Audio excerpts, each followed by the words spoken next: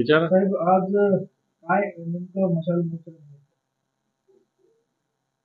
शेतकऱ्यांची ज्या पद्धतीनं अडवणूक, शेतकऱ्यांची फसवणूक या महाराष्ट्रात होते, तीच फसवणूक, तीच अडवणूक शेतकऱ्यांची या बुलढाण्यामध्ये सुद्धा होते.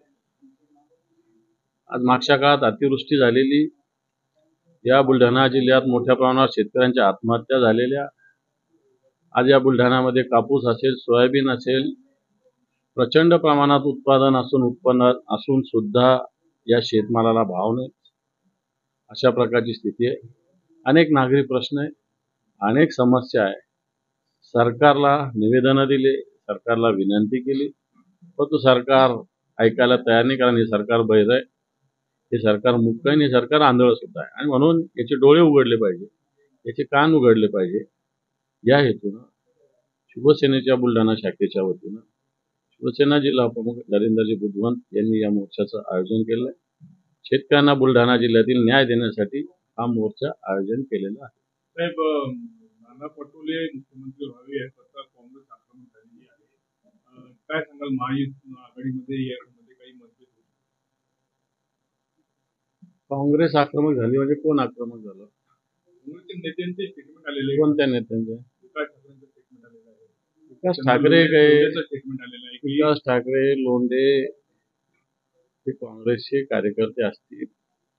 राज्यात नेते जसे नाना पटोले साहेब आहेत, बाळासाहेब थोरात साहेब आहेत, पृथ्वीराज चव्हाण साहेब आहेत, विजय वडेट्टीवार साहेब आहेत, सत्यजित पाटील साहेब आहेत, वर्षाताई गायकवाड आहेत.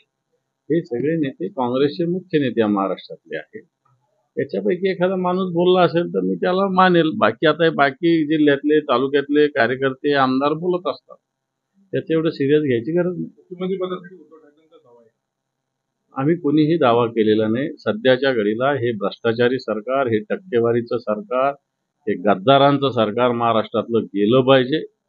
या राज्याचं स्वाभिमानाचं सरकार आलं पाहिजे, ही भूमिका आमची आहे. कोण मुख्यमंत्री होईल हा प्रायोरिटीचा विषय नाही. सगळ्यात आधी यांना घरी बसवणं हा प्रायोरिटीचा विषय आहे, राज्याच्या हितासाठी. महायुतीमध्ये अजित पवारांची कुंडी करण्यात येत आहे, त्यांना एक्झिट करण्याचे प्रयत्न सुरू आहे. काय वाटतं?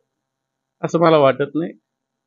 कारण त्यांच्यावर 70,000 कोटीचा भ्रष्टाचाराचा आरोप असताना, चक्की पिसिंग सांगत असताना, फडणवीस सांगत असताना, नरेंद्र मोदीजींनी संसदेत आरोप केलेले असतानाही त्यांना पक्षात घेतलेलं आहे. तर मला असं वाटत नाही की त्यांना अशा पद्धतीनं बाहेर काढण्याचा काही प्रयत्न होईल. भरत गोगावले यांना शिवसेनेच्या एका आमदाराचा विरोध होता आणि त्याच्यामुळे त्यांना मंत्रिपद मिळालं.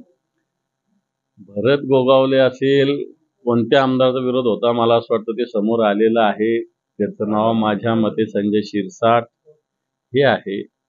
दोघांनाही ओसाडगावची पाटीलकीचं कारभार दिलेला आहे. एकाला सिडकोचं अध्यक्षपद, एकाला एसटी महामंडळ. ह्या ओसाडगावच्या पाटीलक्या आहेत.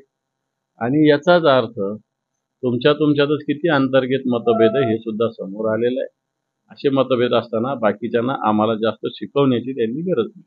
इम्तियाज जलील यांची तिरंगा रॅली मुंबईकडे जात आहे आणि रामगिरी महाराज आणि निलेश राणेंच्या बाबतीमध्ये सरकारला ते जामीन विचारलं पाहिजे, सरकारने उत्तर दिलं पाहिजे. मनोज जरांगे पाटील उपोषणावर बसलेल्या सरकार कुठेतरी उपोषण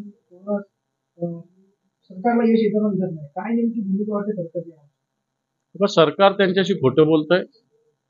सरकार वेगवेगळे शिष्टमंडळ खासदारांचं, मंत्र्यांचं पाठवतं, त्यांना 8 दिवसाची 15 दिवसाची मुदत देतं, उपोषण सोडायला सांगतं आणि प्रत्यक्षात उपोषण सोडल्यानंतर कोणतीच कारवाई करत नाही.